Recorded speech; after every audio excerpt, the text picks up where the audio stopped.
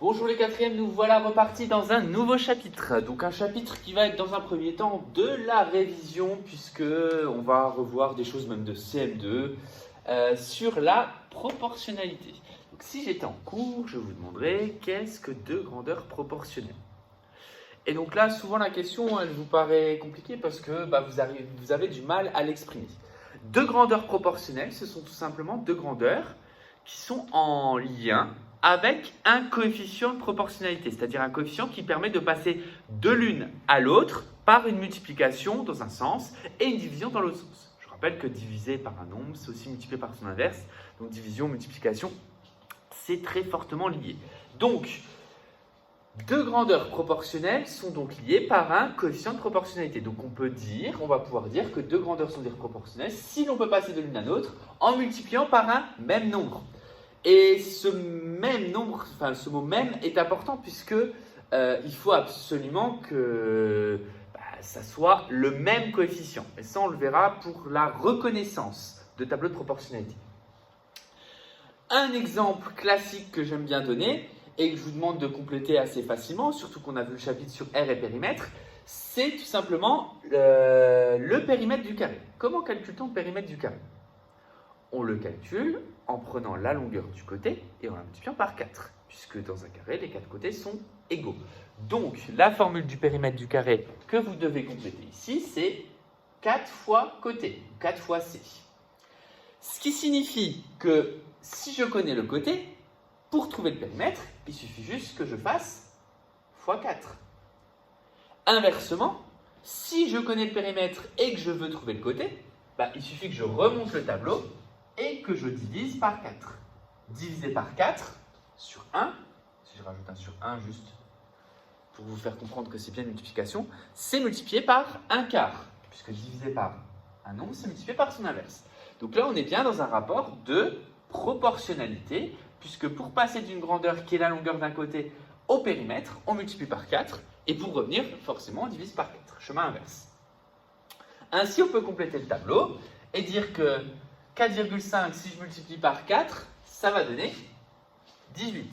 Alors, je vais juste changer de couleur pour montrer que c'est une réponse. Hop, 18 cm. 7 multiplié par 4, 28. Et enfin, 30, si le périmètre fait 30 et que je cherche à trouver le côté, donc 30 divisé par 4, ça nous donne donc 7,5. Ce qui signifie qu'on est bien ici affaire à une situation de proportionnalité qui est connue. Maintenant, si on s'était posé la question entre la longueur d'un côté et l'air, et bien là par contre on ne serait pas dans de la proportionnalité. Tout simplement parce que quand je calcule l'air, je multiplie le côté par lui-même. Or, lui-même change. Imaginons que je remplisse le même tableau ici. Si j'ai le côté qui fait 4,5, je suis censé calculer 4,5 fois 4,5. C'est-à-dire que pour passer de là à là, je multiplie par 4,5. Mais ensuite, ici, pour trouver l'air d'un côté de carré de côté 7 cm, il faut que je multiplie par 7. C'est plus du coup la même multiplication. Donc, on n'est pas dans de la proportionnalité. Donc, le périmètre d'un carré est proportionnel à son côté, l'air ne l'est pas. Et quand c'est proportionnel, on va vous demander du coup le coefficient de proportionnalité. Donc là, le coefficient de proportionnalité, c'est le coefficient qui permet de passer de la première ligne à la deuxième ligne. Alors on pourrait se dire qu'il y en a deux, puisqu'il y en a un dans un sens, l'autre dans l'autre, mais nous, généralement, celui qu'on appelle, c'est celui qui permet de passer de la première ligne vers la deuxième ligne. Donc ici, le coefficient de proportionnalité, c'est 4. Ça veut dire qu'on va faire x 4. C'est bien ce qu'on reconnaît d'ailleurs ici. Voilà pour cette première partie de rappel. On va maintenant s'intéresser dans un deuxième temps, et c'est ce qu'il faudra faire du coup pour la semaine prochaine, c'est se rappeler toutes les méthodes que vous êtes censé connaître pour compléter un tableau de proportionnalité. Alors, toutes ces méthodes, il y en a principalement 3 qui sont à retenir, qu'on va relister. Il y a le calcul du coefficient de proportionnalité, il y a tout ce qui est linéarité de la proportionnalité, et ça j'y reviendrai parce que c'est vraiment ce qu'il y a de plus utile, notamment dans le calcul de tête.